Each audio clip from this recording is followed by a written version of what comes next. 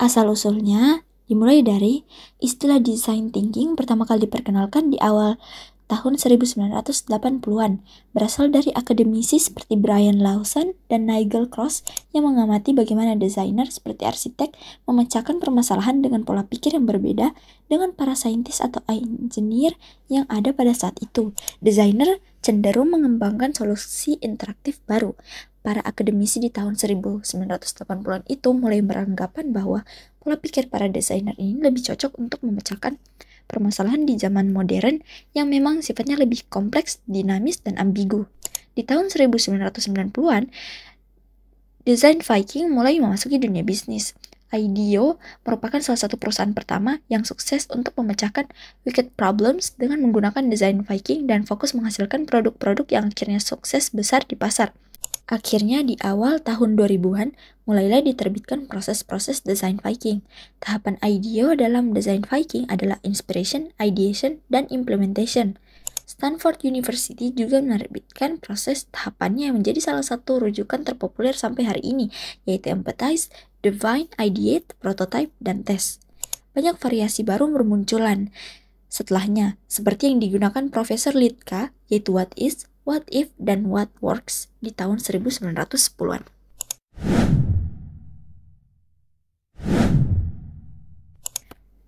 Banyak sekali variasi terkait proses atau tahapan dalam melakukan design thinking. Yang paling populer adalah proses 5 tahap yang dikembangkan oleh Stanford University, yaitu empathize, define, ideate, prototype, dan test. Mempraktekkan 5 tahapan ini akan membantu dalam mengaplikasikan kreativitas dan menyelesaikan permasalahan secara efektif. Tahap pertama adalah empathize, di mana harus memahami perspektif dan perasaan customer hingga bisa dapat insight permasalahan yang jadi tantangan dan aspirasinya. Berikutnya define, mengidentifikasi permasalahan customer yang akan diselesaikan dari sudut pandang customer. Tahap ketiga ideate, fokusnya mencari solusi sebanyak dan sekreatif mungkin hingga dipilih yang terbaik. Selanjutnya prototype, membuat representatif solusi yang konkret dan bisa diindra. Tahap terakhir, tes atau menguji coba prototype dengan customer untuk mendapat umpan balik terkait solusi yang dibuat. Setelahnya, proses-proses tadi diulang hingga menciptakan solusi yang sudah divalidasi oleh customer.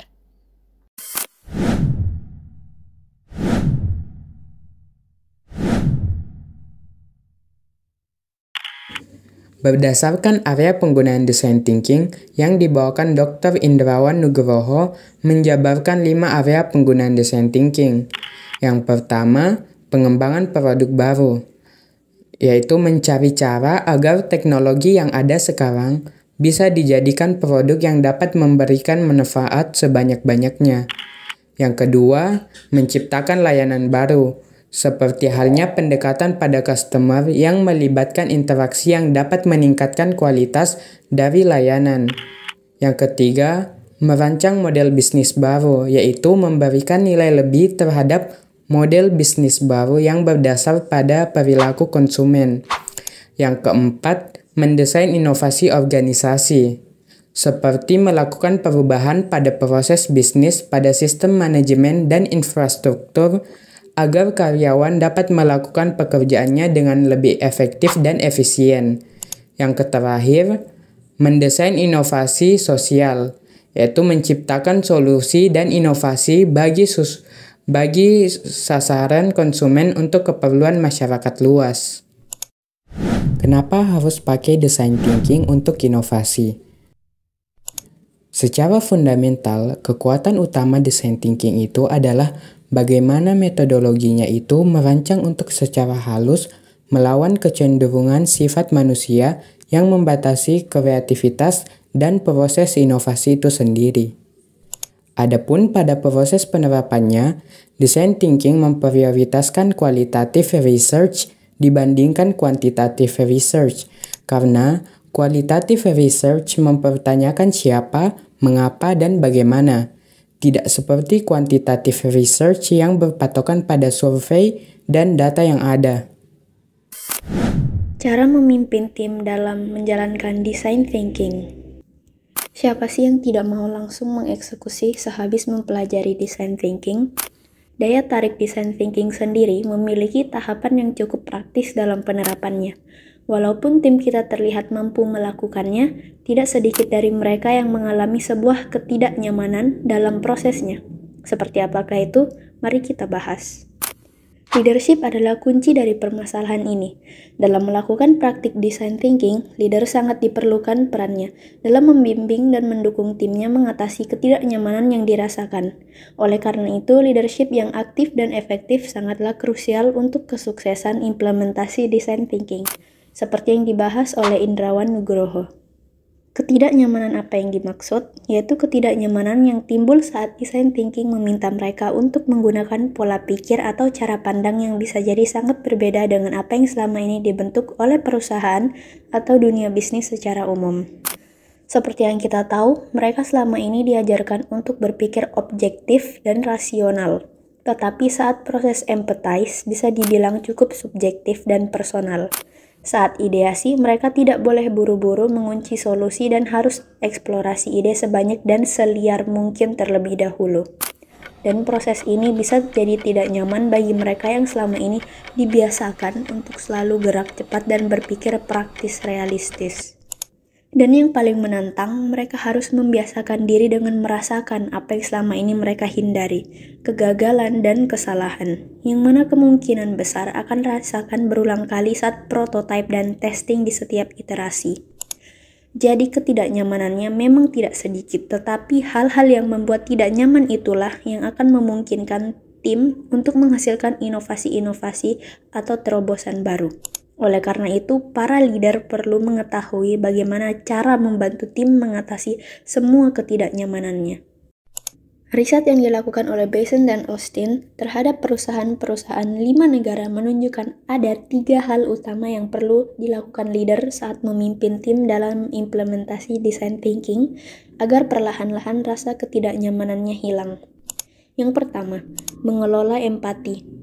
Leader perlu secara aktif mengajak tim mendiskusikan perasaan mereka setelah melakukan empathize dengan customer. Beberapa akan sedih setelah mendengar tentang rasa sakit customer dan ada juga yang akan defensif terhadap masukan customer.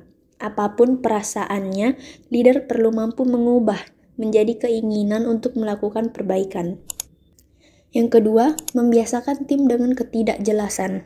Ketidakjelasan yang dimaksud ini adalah ketidakjelasan arah. Mungkin terasa karena proses eksplorasi yang lebih lama dari biasanya dan ketidakpastian terkait hasil akhir proyeknya. Leader perlu secara aktif dan konsisten menenangkan kekhawatiran dan keresahan tim dan mengalihkan fokus mereka dari penyelesaian proyek ke penemuan solusi terbaik. Dan yang terakhir adalah yang ketiga, memberikan ruang untuk eksperimen gagal.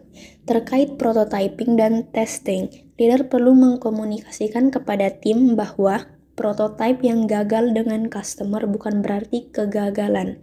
Sebaliknya, kegagalan tersebut bisa dimaknai sebagai progres, karena tim jadi mendapatkan pembelajaran tentang customer sehingga mengurangi ketidakpastian yang ada.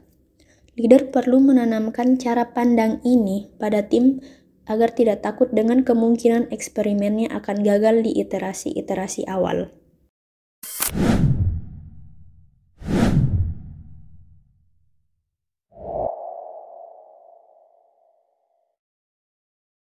Ketika mendengar kata design thinking, hal yang mungkin terbayangkan oleh pemikiran yang kreatif dalam sebuah desain. Namun design thinking ternyata bukan sekedar pemikiran kreatif. Jika dilihat dari prosesnya, design thinking memang menggunakan aspek kreatif. Namun tidak hanya kreatif saja, sebab kita dituntut untuk berpikir kritis terutama terkait dengan customer. Banyak pertanyaan terkait design thinking. Apakah design thinking ini masuk dalam kategori creative thinking atau critical thinking? Padahal design thinking tidak termasuk dalam keduanya, sebab design thinking berada di tengah-tengah kedua kategori tersebut. Sebenarnya proses design thinking adalah menyelaraskan kreatif dan critical thinking sehingga menjadi kategori tersendiri yang berbeda. Lalu, apa perbedaan ketiganya?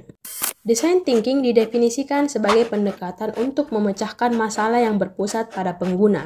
Dengan kata lain, kebutuhan pengguna akan menjadi prioritas utama dalam membuat solusi. Solusi yang dibuat dengan design thinking memungkinkan kamu untuk mengintegrasi kebutuhan manusia dengan teknologi untuk mencapai kesuksesan bisnis. Metode design thinking ini bisa digunakan berbagai aspek seperti perusahaan, organisasi, pemimpin tim, pekerja kreatif, bahkan freelancer. Nah, selanjutnya adalah creative thinking. Creative thinking adalah kemampuan berpikir secara luas.